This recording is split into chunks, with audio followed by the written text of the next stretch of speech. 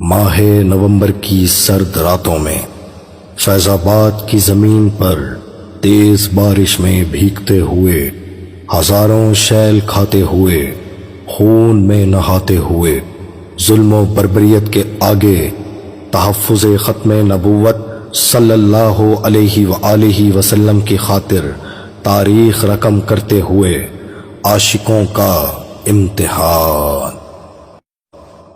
سن 2017 میں جب پاکستان قومی اسمبلی میں حکومت پاکستان کی جانب سے ختم نبوت کے قانون میں ترمیم کی گئی، تب 6 نومبر 2017 کو تحریک لبیک یا رسول اللہ صلی اللہ علیہ وسلم کی جانب سے فیض آباد میں دھرنا دیا گیا۔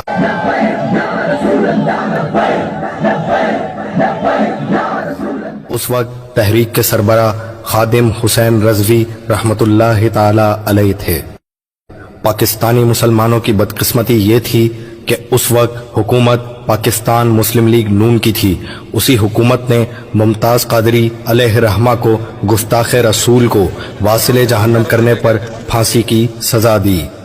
اسی حکومت میں سلمان تاثیر کی بتیاں بجھانے پر 5 عاشقان مصطفیٰ صلی اللہ علیہ وآلہ وسلم کو 5 سال کے لیے قید بامشقت کی سزا ہوئی، اور اسی حکومت میں تحفظ ختم نبوت کے لیے سراپا احتجاج شمع رسالت صلی اللہ علیہ وآلہ وسلم کے پروانوں کو ظلم و جبر کا نشانہ بنایا گیا، جس میں 9 عاشقان مصطفیٰ شہید اور کئی زخمی ہوئے۔ 2018 کے الیکشن میں تحریک لبیک پاکستان اچھے خاصے ووٹوں سے پاکستان کی تیسری بڑی جماعت بن کر ابھری، لیکن امت مسلمہ کا ستارہ اب بھی نہیں چمکا تھا۔ اداروں کی طرف سے بدترین دھاندلی کے بعد ایک سلیکٹڈ شخص کو وزیر اعظم بنا دیا گیا، جو اپنی دور اپوزیشن میں ہی 11 رکنی عملہ 295C کے قانون میں رد و بدل کے لیے بھیج کر خود کو ختم نبوت و ناموس رسالت صلی اللہ علیہ وسلم کا غدار ثابت کر چکا تھا۔ الیکشن کے فوراً بعد ہی ہالینڈ کی طرف سے کئی گستاخانہ خاکوں کے مقابلے کا اعلان کیا گیا۔ اس وقت تحریک لبیک نے دھاندلی والے معاملے کو نظر انداز کر کے ہالینڈ کے خلاف احتجاج کا اعلان کیا۔ سنو جی، ہمارے انتخابات کیا، دھاندلی کیا، ہمارے ووٹوں پر ڈاکہ کیا، ان کی حیثیت کروڑوں اربوں بھی بار ہمارے ڈاکہ پڑے ووٹوں پر، اور ہم مر جائے، ہمیں گھسیٹا جائے، ہمارے سارے امیدوار شہید ہو جائے اور میری لاش جلا دی جائے، ان باتوں کی کوئی حیثیت نہیں۔ ثابت ہوا کہ جملہ فرائض ظلم ہے، اصل رسول بندگی استاد پر کی ہے۔ یہ اعلان کیا جب ہالینڈ کے گستاخ گرٹ ولڈر نے ناپاک اور گستاخانہ خاکوں کا مقابلہ منعقد کروانے کا اعلان کیا، تو ہمیشہ کی طرح سب سے گرجدار للکار اور مزاحمتی آواز تحریک لبیک پاکستان کی جانب سے اٹھائی گئی۔ تحریک لبیک پاکستان نے 29 اگست 2018 کو لاہور سے اسلام آباد مارچ کی کال دی، اور حکومت وقت سے مطالبہ کیا گیا کہ ان گستاخانہ مقابلے کو روکنے کے لیے ہالینڈ کے سفیر کو طلب کر کے تمام تعلقات ختم کیے جائیں، اور پھر رسول اللہ صلی اللہ علیہ وآلہ وسلم کے دیوانوں کا عشق اور جذبہ ایمانی دیکھ کر کفر لرز اٹھا۔ گستاخ گرٹ ولڈر نے یہ مقابلہ منسوخ کر دیا، اور اس طرح یہ قافلہ عشق و مستی میں جہلم کے قریب سے فتح و کامرانی سے سرشار واپس لوٹ آیا۔ اقتدار ملتے ہی نیازی حکومت نے ایک ثابت شدہ گستاخ آسیہ ملعونہ کو رہا کرنے کے لیے عدالت عظمیٰ کا سہارا لیا، لیکن تحریک لبیک کا حکومت وقت سے آسیہ ملعونہ کی سزا کا مطالبہ تھا، جس نے آقا علیہ الصلوۃ والسلام اور تمام ازواج مطہرات امہات المؤمنین کی شان میں بدترین گستاخی کی تھی، جبکہ حکومت اسے انسانی حقوق کے خلاف کیا جانے والا فیصلہ بتا کر آسیہ ملعونہ کو ملک سے باہر بھیج کر آزادی دینے پر آمادہ تھی۔ بار بار مطالبہ کی بنا پر تحریک کے کارکنان اور علماء کرام کی گرفتاریوں کا سلسلہ شروع ہو گیا، جس میں امیر تحریک علامہ خادم حسین رضوی سمیت کئی جید علماء کو گرفتار کر لیا گیا، تاکہ آسیہ ملعونہ کو دوسرے ملک منتقل کرنے میں کسی قسم کی رکاوٹ درپیش نہ ہو۔ قیادت کی گرفتاری کے بعد آسیہ ملعونہ کو راتوں رات ملک سے باہر بھیج دیا گیا۔ جیل میں علماء کرام پر بے انتہا ظلم و ستم کیا گیا۔ نتیجتاً حالت اسیری میں ہی طبیعت حد سے زیادہ بگڑ جانے پر تحریک لبیک کے 2 جید علماء مفتی یوسف سلطانی اور مفتی منیر نعمانی شہید ہو گئے۔ امیر تحریک خادم حسین رضوی رحمۃ اللہ تعالی علیہ کو لگ بھگ 6 ماہ کے عرصے بعد رہا کیا گیا۔ اسی دوران فرانس کی طرف سے ریاستی سطح پر آقا علیہ الصلوۃ والسلام کی ایسی بدترین گستاخی کی گئی جو 1400 سال کی تاریخ میں کبھی نہیں ہوئی۔ فرانس کے صدر کی طرف سے عقائد و جہاں کے خاکے شائع کیے گئے، جس پر 15 نومبر 2020 کو خادم حسین رضوی کی سربراہی میں فرانسیسی سفیر کی ملک بدری کے خلاف دھرنا دیا گیا۔ اس وقت آپ علیہ رحمہ شدید علیل تھے، لیکن ناموس مصطفیٰ صلی اللہ علیہ وسلم کے لیے آپ کی علالت نے بھی آپ کے حوصلے پست نہ کیے۔ آپ نے حکومت سے مطالبہ کیا کہ وہ فرانس کے ساتھ تعلقات ختم کرے اور فرانس کا سفیر ملک بدر کرے۔ 16 نومبر کو حکومت اور تحریک کے بیچ فرانسیسی سفیر کی ملک بدری کا معاہدہ طے پایا اور تحریک لبیک کی جانب سے دھرنا ختم کیا گیا۔ 19 نومبر کو حضرت خادم حسین رضوی رحمۃ اللہ تعالی علیہ اسی علالت کے سبب دنیا فانی سے رخصت ہو گئے۔ یہ ہر غیرت مند مسلمان کے لیے بہت بڑا صدمہ تھا، امت مسلمہ کے لیے بہت بڑا نقصان، اور یقیناً آپ کے وصال پر اہل کفار کے گھروں میں جشن کا سما ہوگا، کیونکہ وہ فریڈم آف اسپیچ کے نام پر اسلام کے خلاف جو محاذ تیار کر رہے تھے، اس محاذ کے سامنے خادم حسین رضوی ایک سیسا پلائی دیوار کی مانند تھے۔ آپ کی وفات کے فوراً بعد ہی صحابہ کرام کی سنت پر عمل کرتے ہوئے ارکان شورا کے فیصلے پر آپ کے بڑے صاحبزادے حافظ سعد حسین رضوی صاحب کو تحریک کا امیر منتخب کر دیا گیا۔ اپنے کارکنان سے بحیثیت امیر تحریک پہلا خطبہ فرماتے وقت آپ نے اپنے بابا جان کے مشن کو پایہ تکمیل تک پہنچانے کا عہد کیا۔ میں آپ سے وعدہ کرتا ہوں انشاءاللہ زندگی کے کسی بھی شعبے کو خالی نہیں چھوڑیں گے، ہر طرف جائیں گے، اسی ملک میں رہیں گے، یہی ناموس رسالت کی پہرے داری کریں گے، یہی ختم نبوت کی بازبانی کریں گے، اور اسی ملک میں حضور کے دین کو غالب کریں گے۔ اور انشاءاللہ میں آپ سے یہ کہتا ہوں کہ حضور کے دین کو تخت پر لانے کے لیے ہم اپنے قائد کے خواب کو شرمندہ تعبیر کریں گے۔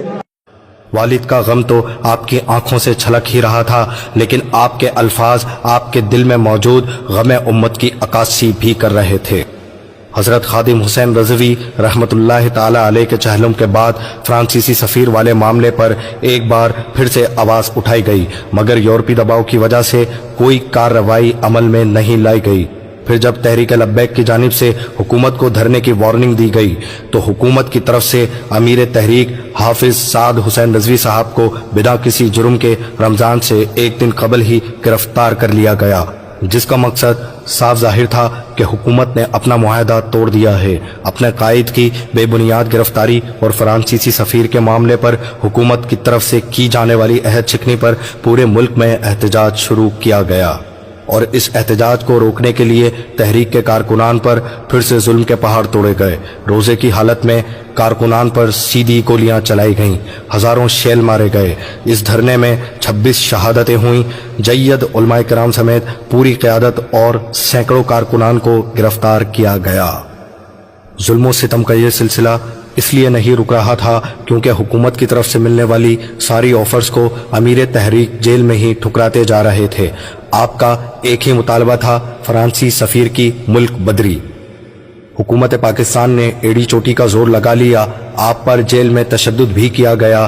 کہ آپ اس ڈیل پر رضامند ہو جائیں، لیکن آپ کے حوصلے جیل میں بھی چٹانوں کی طرح بلند تھے، اور کارکنان بھی عشق مصطفیٰ میں شہادت کے جام نوش کرنے کے لیے تیار بیٹھے تھے۔ سعد حسین رضوی کو ڈیل پر راضی کرنے کی ایک وجہ یہ بھی تھی کہ حکومت کے پاس آپ کے خلاف کوئی ثبوت ہی نہیں تھا جو وہ عدالت میں پیش کر کے آپ کو مجرم ثابت کرتے۔ بالآخر معاملہ اس بات پر طے ہوا کہ دھرنا ختم کر دیں، ہم آپ سے معاہدہ کرتے ہیں کہ سفیر والے معاملے پر آپ کا ساتھ دیں گے۔ بحکم امیر تحریک دھرنا ختم کیا گیا،